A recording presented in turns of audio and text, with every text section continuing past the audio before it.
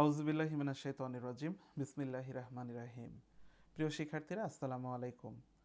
গত ক্লাসে আমরা বয়ান্সি বা প্লবতা নিয়ে আলোচনা করেছিলাম, আর আজ আমরা সেই আলোচনার ধারাবাহিকতায় আলোচনা করব যে একটি বস্তুর ভেসে থাকা বা ডুবে যাওয়াটা কোন বিষয়টার উপরে নির্ভর করে। তো গত ক্লাসের আলোচনা থেকে আমরা দেখেছিলাম যে একটি বস্তুকে যখন তরলে নিমজ্জিত করা হয় তখন তরল পদার্থ তার উপরে একটি ঊর্ধ্বমুখী বল প্রয়োগ করে। এই ঊর্ধ্বমুখী বলের মানকে আমরা বলেছিলাম প্লবতা। আরেকটা বিষয় আমাদেরকে মনে রাখা প্রয়োজন, একটা বস্তুকে যখন আমরা তরলে নিমজ্জিত করি তখন সেই বস্তুটা তার নিজের আয়তনের সমান পরিমাণ পানিকে ওই জায়গা থেকে সরিয়ে দেয়। ঠিক আছে? তো যদি একটা বস্তুকে আমি তরলের মধ্যে ঢুকাই, মনে করো তুমি একটা উদাহরণ দেই, মনে করো কানায় কানায় পরিপূর্ণ তুমি এক গ্লাস পানি নাও। এবার এই পানির মধ্যে তুমি যদি একটা মার্বেল ছেড়ে দাও তাহলে দেখবা কিছুটা পানি উছলিয়ে পড়ে গেল। এই যেটুকু পানি পড়ে গেল, তুমি যদি এই পানির আয়তন মাপো, সেই আয়তনটা হবে ওই মার্বেলের আয়তনের সমান। যে কোনো পদার্থ নিয়ে তুমি এই মানে এক্সপেরিমেন্টটা করতে পারো। এখন মজার বিষয় হচ্ছে মার্বেলটা ডুবে গেল কেন? কারণ সে তার আয়তনের পরিমাণে যতটুকু পানি সরিয়েছে ওই পানির ভরের চাইতে মার্বেলের ভরটা বেশি, এই কারণে মার্বেলটা ডুবে গিয়েছে। এখন মনে করো মার্বেলের সমান সাইজের তুমি একটা পুঁতির বল নাও বা একটা শোলার বল নাও, এবার এটাকে যদি পানিতে দাও দেখবা এটা কিন্তু ডুববে না, কারণ এটা কিন্তু দিব্যি ভেসে থাকবে। কেন ভেসে থাকবে? কারণ সে কিন্তু মার্বেলের আয়তন সমান, মানে সেও যদি ডুবতো তাহলে একই পরিমাণ পানি কি করত, উপচে ফেলে দিত। কিন্তু ওই যে শোলার বল, তার যে ভর, তার চাইতে তার দ্বারা উপচানো পানির ভর অনেক অনেক বেশি। যেহেতু পানির ভরটা বেশি তাই সে কি ভেসে আছে। যদি পানির ভর কম হতো, মার্বেলের ক্ষেত্রে কি মার্বেলের ভর বেশি ছিল, পানির ভর কম, তাই কিন্তু মার্বেলটা ডুবে গিয়েছে। আর সোলার বলের ক্ষেত্রে কি হচ্ছে, সোলার বলের ভর হচ্ছে কম কিন্তু তার দ্বারা উপচানো পানির পরিমাণটা কি, অর্থাৎ তাকে যদি আমরা চুবিয়ে দিতাম সে যতটুকু জায়গা নিত ততটুকু জায়গায় যে পানি থাকতো সেই পানির ভর সোলার ভরের চাইতে অনেক অনেক গুণ কি বেশি। এই কারণে কিন্তু সোলাটা ডুবে যায় না। জাহাজের ক্ষেত্রে একই ঘটনাটা ঘটে।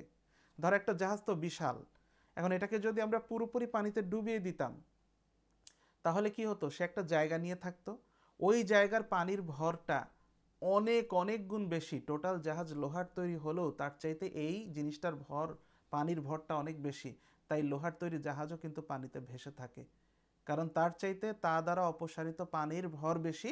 তাই পানি তার উপরে উপরের দিকে একটা চাপ প্রয়োগ করে, যেটাকে আমরা বলি প্লবতা বা বয়ান্সি, এবং সেই কারণেই জাহাজটা কিন্তু ভেসে থাকতে পারে। কিন্তু তুমি যদি নিরেট একটা লোহার টুকরাকে পানিতে রাখো, ওটা টুপ করে ডুবে যাবে, কারণ জাহাজটা হচ্ছে ফাঁপা কিন্তু লোহার টুকরাটা কিন্তু নিরেট, এবং সে যতটুকু জায়গায় পানি অপসারণ করবে তার চাইতে তার নিজের ভরই অনেক অনেক গুণ বেশি, যে কারণে সে কিন্তু টুপ করে ডুবে যাবে। চলো দেখি বইতে এই বিষয়ে আমাদের কি লেখা আছে, আমরা একটু দেখি। তো এখন তোমরা নিশ্চয়ই বুঝতে পেরেছ যে কেন একটা বস্তু ভেসে থাকে আবার অন্য একটি বস্তু ডুবে যায়। তোমরা জানো একটি বস্তু পানিতে ডোবানো হলে প্লবতার কারণে সেটা যতটুকু পানি সরিয়েছে উপরের দিকে সেই পানির ওজনের সমপরিমাণ বল সে অনুভব করে।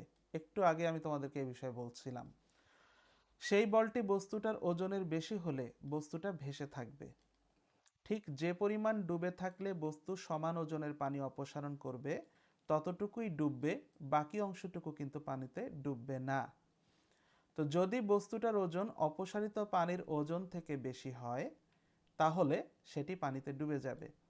তবে পানিতে ডুবে থাকা অবস্থায় তার ওজন কিন্তু সত্যিকার ওজন থেকে কম মনে হবে। যদি কোনোভাবে বস্তুটার ওজন অপসারিত পানির ওজনের ঠিক সমান করে ফেলা যায় তাহলে বস্তুটাকে পানির ভেতরে যেখানেই রাখা হবে সেটা সেখানেই থাকবে, উপরে ভেসে উঠবে না, নিচেও ডুবে যাবে না। দৈনন্দিন জীবনে সেই রকম কিছু চোখে না পড়লেও পানির নিচ দিয়ে চলাচল করার জন্য সাবমেরিনে নিয়মিতভাবে এটা করা হয়ে থাকে। সাবমেরিন কি এমন একটা জাহাজ যেটা পানির নিচ দিয়ে চলে, এর ভেতরে মানুষ বাস করে, রান্নাবান্না চলে, যুদ্ধের মহড়া চলে, সব কিছুই চলে। কিন্তু সাবমেরিনের ভেতরে দুইটা চেম্বার আছে, যে চেম্বারে পানি ঢুকিয়ে দেওয়ার ফলে সাবমেরিনের ওজনটা বেড়ে যায়, তখন সে পানিতে তলিয়ে যায়। আবার যদি আমরা পানিটা বের করে দিই, সাবমেরিনটা হালকা হয়ে যায়, সে আবার উপরে ভেসে ওঠে। বিশেষ রকম কম্পিউটারাইজড মেকানিজমের সহায়তায় এই কাজটা লাগাতার চলতে থাকে। তাছাড়াও সাবমেরিনের দুই পাশে দুইটা রেডার আছে, ঠিক আছে, মানে বাইরের দিকে দুইটা হাল আছে। এই হালগুলো ওঠানামার মাধ্যমে সাবমেরিনকে কি নির্দিষ্ট একটা লেভেল বা পানির স্তরে ভাসিয়ে রাখতে সহায়তা করে। যদি কখনো এই কন্ট্রোল মেকানিজম নষ্ট হয়ে যায়, তখন কি হবে এটা বলাই বাহুল্য, বিশাল বিপর্যয় ঘটে যাবে। হ্যাঁ, তোমরা বিভিন্ন সময় শোনো যে অনেক সাবমেরিন দুর্ঘটনার কবলে পড়েছে।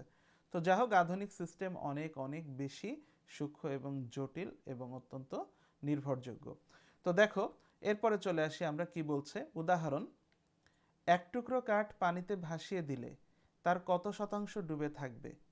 হ্যাঁ, কাঠের ঘনত্ব বলেছে 0.5 into 10⁻³ K G per cubic metre. আরও বলেছে পানির ঘনত্ব rho W equal to 10⁻³ K G per cubic metre.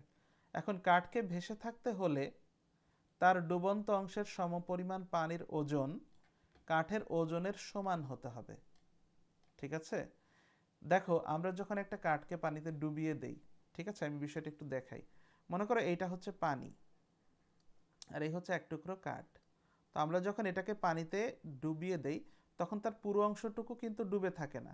কিছু অংশ থাকে পানির নিচে আর সামান্য কিছু অংশ থাকে পানির উপরে। তো বলছে যদি কাঠের আয়তন ভি হয়, তার ওজন হবে ভি রো জি। কারণ আমরা ওই যে দেখেছি ভি রো জি, ঠিক আছে, ঘনত্ব ইকুয়াল টু ভর বাই আয়তন, তাহলে ওজন হবে ভি রো জি। এবং যদি কাঠের ভি ওয়ান অংশ পানিতে ডুবে থাকে, তাহলে সেই পরিমাণ পানির ওজন হবে ভি ওয়ান রো জি। এখানে রো ডাব্লিউ ব্যবহার করা হয়েছে কারণ ডাব্লিউ হচ্ছে ওয়াটার। ডাব্লিউ রো ডাব্লিউ মানে হচ্ছে তোমার পানির ঘনত্ব। তো এখন বলছে এখানে দেখো V rho G equal to হবে V one rho W G. কারণ এটা যদি সমান না হয়, তাহলে কিন্তু সেটা নিমজ্জিত অবস্থায় ভেসে থাকতে পারতো না। তাহলে উভয় পক্ষ থেকে আমরা জি কে বাদ দিয়ে দিলাম, কারণ এখানেও জি আছে এখানেও জি আছে, বাদ দিয়ে দিলাম। তাহলে এখানে রইল দেখো ভি রো আর এখানে থাকলো ভি ওয়ান রো ডাব্লিউ। তাহলে ভি ওয়ান বাই ভি, ঠিক আছে, আমরা যদি অনুপাত করি তাহলে এখানে পাবো রো বাই রো ডাব্লিউ। এখন রো হচ্ছে বস্তুর কি ঘনত্ব আর রো ডাব্লিউ হচ্ছে পানির ঘনত্ব। তাহলে দেখা যাচ্ছে 50%, 50% পানির উপরে থাকবে আর 50% নিমজ্জিত অবস্থায় কি হবে, ভাসতে থাকবে। তাহলে আশা করি জিনিসটা বুঝতে পেরেছ। ঠিক আছে, অর্থাৎ একটা বস্তুর কতটুকু ডুবে থাকবে কতটুকু ভেসে থাকবে সেটা কিন্তু আমরা এই যে ক্যালকুলেশনটা আমরা করলাম, এই ক্যালকুলেশন দিয়ে কিন্তু চমৎকারভাবে আমরা বের করে ফেলতে পারবো। তাহলে আমরা বিষয়টা আর একবার একটু ছোট্ট করে রিক্যাপ করে নেই যে একটি বস্তুকে যখন আমরা পানিতে ডুবাবো, তখন সেটা ডুববে নাকি ভেসে থাকবে নাকি নিমজ্জিত অবস্থায় ডুববে, এই তিনটা ব্যাপার হতে পারে। হয় সে ডুবে যাবে, এক নাম্বার ব্যাপার, না হলে সে ভেসে থাকবে, দুই নাম্বার ব্যাপার, না হলে সে ভাসবেও না ডুববেও না। হ্যাঁ, মানে নিমজ্জিত অবস্থায় সে ভাসবে। এখন কথা হচ্ছে কতটুকু উপরে থাকবে কতটুকু নিচে থাকবে, সেটার জন্যই কিন্তু আমরা এই প্রিভিয়াস ক্যালকুলেশনটা করলাম। কিভাবে করলাম সেটাও আরেকবার বলি। এই অংশটা যেহেতু উপরে ছিল, ঠিক আছে, এই অংশের আয়তন আমরা মনে করি ভি, এই অংশের ঘনত্ব মনে করি রো, আর অভিকর্ষ ত্বরণের মান হচ্ছে জি। এইটা যেহেতু পানির নিচে ছিল, মনে করি এই অংশের ঘনত্ব হচ্ছে সেই একই তো ভি ওয়ান, আর এখানে হচ্ছে রো ডাব্লিউ, রো ডাব্লিউ হচ্ছে পানির ঘনত্ব, রো ডাব্লিউ অভিকর্ষ ত্বরণ জি। তো যেহেতু এরা কি নিমজ্জিত অবস্থায় ভেসে আছে, তাহলে এই অংশ আর এই অংশ পরস্পর সমান হবে। তো সেখান থেকে আমরা বের করেছি, এই অনুপাতটা বের করেছি যে V one divided by V equal to rho by rho W. তাহলে এটাই কিন্তু আমাদের মূল সূত্র, V one divided by V equal to rho divided by rho W. এইটাকে ব্যবহার করে আমরা কি করব, আমাদের ম্যাথামেটিক্যাল যে ক্যালকুলেশনগুলো সেটা করার চেষ্টা করব। তাহলে আজকে তোমাদের এ পর্যন্তই। পরবর্তী ক্লাসে আমরা শক্তি নিয়ে আলোচনা করব। খুব গুরুত্বপূর্ণ এবং খুব মজার কিছু আলোচনা থাকবে শক্তি সংক্রান্ত লেসনে। তোমরা ভালো করে বাসায় একটু পড়ে রাখবা, তাহলে তোমাদের বুঝতে সুবিধা হবে।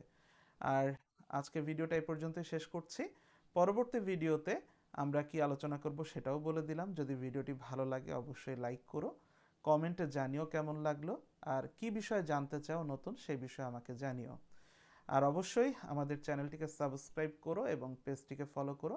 আর ভিডিও ডেসক্রিপশনে আমাদের গ্রুপ লিংক দেওয়া আছে, সেখান থেকে ভার্চুয়াল স্কুলের ফেসবুক গ্রুপে যুক্ত হয়ে যেও। বেশি বেশি করে বন্ধু এবং বান্ধবীদের সাথে ভিডিওটি শেয়ার করে দিও, যাতে তারাও উপকৃত হয় আর আমার কষ্টটাও সার্থক হয়।